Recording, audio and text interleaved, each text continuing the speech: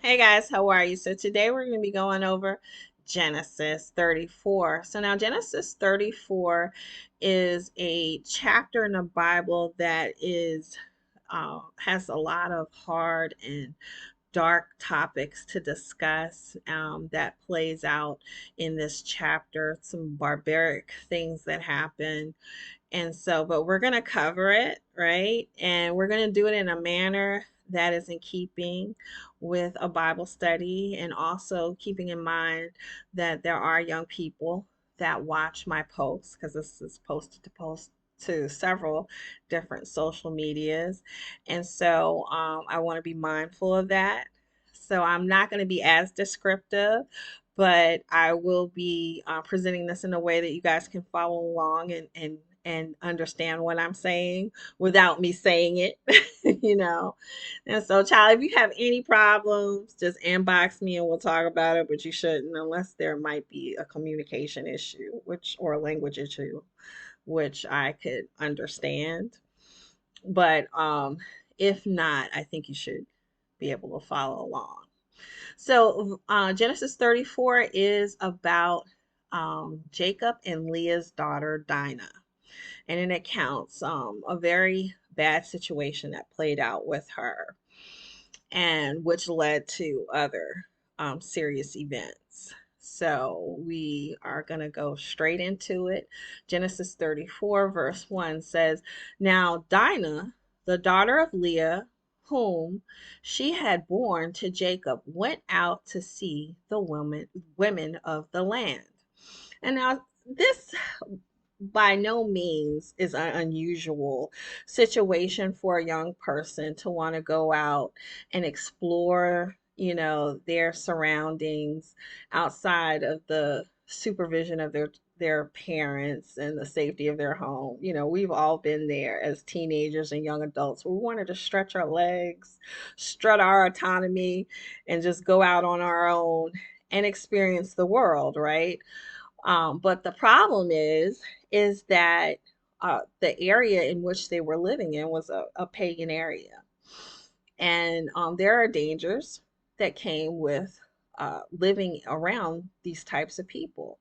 One commentary discussed the fact that an unattached woman that was traveling in a pagan city was fair game.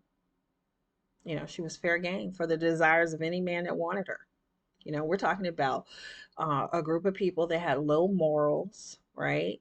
And were very promiscuous, and anything went. Anything went. And so this was a dangerous situation. We don't know exactly what was going on here, um, that played out that, she wasn't supervised. But yeah, she was out on her own, you know. So we're going to see what happened from the situation. So, verse 2 says, And when Shechem, the son of Hamor, the Hivite, the prince of the land, saw her, he seized her and lay with her and humiliated her. So she was violated. She was taken and violated due to the fact that she was out on her own and was not accompanied by another male. And so it made me think of, what was going on in the family dynamics that allowed for this to happen, you know. And I thought to myself, and this is just my analysis of the situation. And please post to me and tell me, what you thought. And guys, whenever you run across something and you have something grabs hold of you, please, you know, inbox me or let me know what you thought about it. But I processed it. Could it be that because he was not close to her mother Leah, that he just did not have a close relationship with Dinah, and that is a possibility. And we do know that her brothers were out tending the field and working, so they weren't present. So she was off on her own.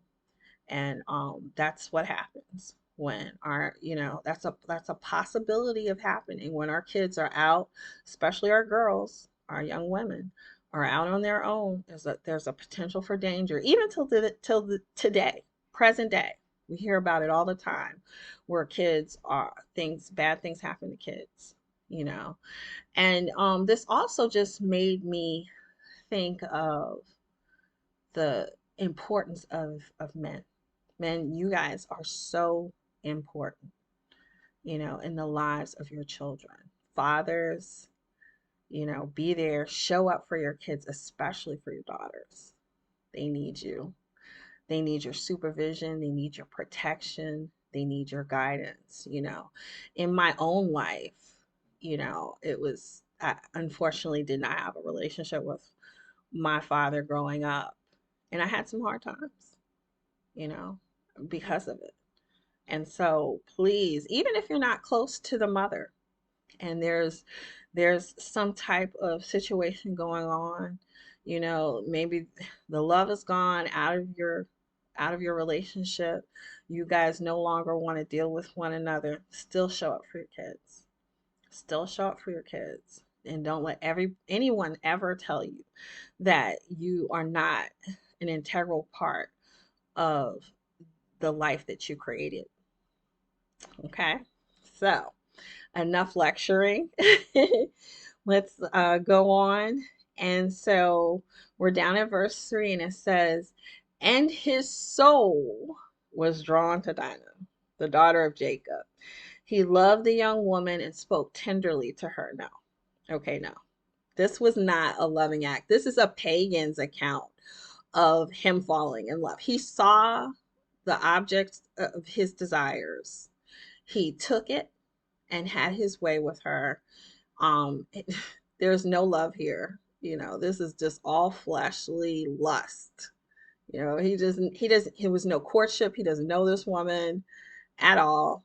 You know, he just saw a beautiful woman and just had his way with her. That's not love. And I don't want any man to think that it's okay to have this type of encounter, that this is the way, you know, you court a woman or obtain a woman. No, not at all. So we're going to read on and see how the rest of this unfolds. So, um, and verse 4 says, so Shechem spoke to his father Hamor, saying, get me this girl for my wife. Now Jacob heard that he had defiled his daughter Dinah, but his sons were with his livestock in the field. So they were working in the field. So Jacob held his peace until they came until they came back, right? So he, you know, it could be that his response to this situation was reserved because he was outnumbered, you know, by whoever was there, and you know, he's surrounded around pagans, and then he doesn't have any, you know, his sons with him. So he had to wait to discuss this matter until his sons returned. So it says, verse 6, and Hamor, the father of Shechem, went out to Jacob to speak with him. The sons of Jacob had come in from the field as soon as they heard of it, and the men were indignant and very angry, and as they should have been. But as we will see, now this will lead to some serious barbaric events. You know, the sons did not take this the same way, by no means, as Jacob took it. So they were very angry because he had done an outrageous thing in Israel by lying with Jacob's daughter. For such a thing must not be done. And, you know, not only did he defile this young woman, you know, but he was a pagan, asking to marry one of the daughters of Israel. That just did not happen. These two didn't intermarry like that, especially not after a vile act like this. And as we will read on, you'll see later on in the chapter, not only are they asking to negotiate the terms of marrying uh, Jacob's daughter Dinah, to Shechem, but they're also going to negotiate the terms of marrying other women of Jacob's people. You know, who does that after such an act like this? But they're, these are pagan men, and they're like, they're negotiating this at this point. So, but Hamor spoke with them, saying, "The soul of my son Shechem longs for your daughter. Please give her to him to be his wife. Make marriages with us. Give your daughters to us, and take our daughters for your daughters." Like I said, they're negotiating other marriages at this point. So it was a couple of takeaways from this situation that I processed and thought about. Was one, bad things always happen when we go off on our own path, off the path that God has us on. Now, Jacob was not supposed to have been in this area. He was supposed to go in the other direction, right? But he, in Jacob like manner, uh, he will turn his will over. He will realize that the importance of having God guide him, direct him, and protect him. But then he'll take his will back, and he will start to make his own decisions. As we see, when we go off the path that God has us on, it's always problems, consequences, and situations. And so he has his family, Dinah, and a terrible situation broke out because he was at the wrong place at the wrong time, situated around people he shouldn't have been around. And doesn't that happen with us? You know, God has us on a path and we veer off. God has us going in a certain direction and we go on and we create our own narrative, And I don't know about you guys, but I'm tired of falling victim to my own consequences of following my own narrative. I realize the peace that comes with following the directives that in the direction that God has me going in. Anything I do, I pray on it. I get confirmation from God on it. I seek wisdom from my fellowship, godly wisdom from my fellowship, pastors, from the ministers and elders in my community. I find peace in that. It's not by my will. Some of my best thinking got me in the worst situations, you know. And so I understand the value of really seeking godly wisdom and advice and directives, and really looking towards the scriptures, to help me work through scenarios and situations, and learn how to better interact and deal and make healthier, better choices in my life than the things that I have done, and prior to me being saved and my relationship with God. A lot of mistakes unnecessarily, a lot of time wasted unnecessarily because I did not seek godly wisdom. I did not seek confirmation from God. I wasn't obedient. I was doing my own thing, you know.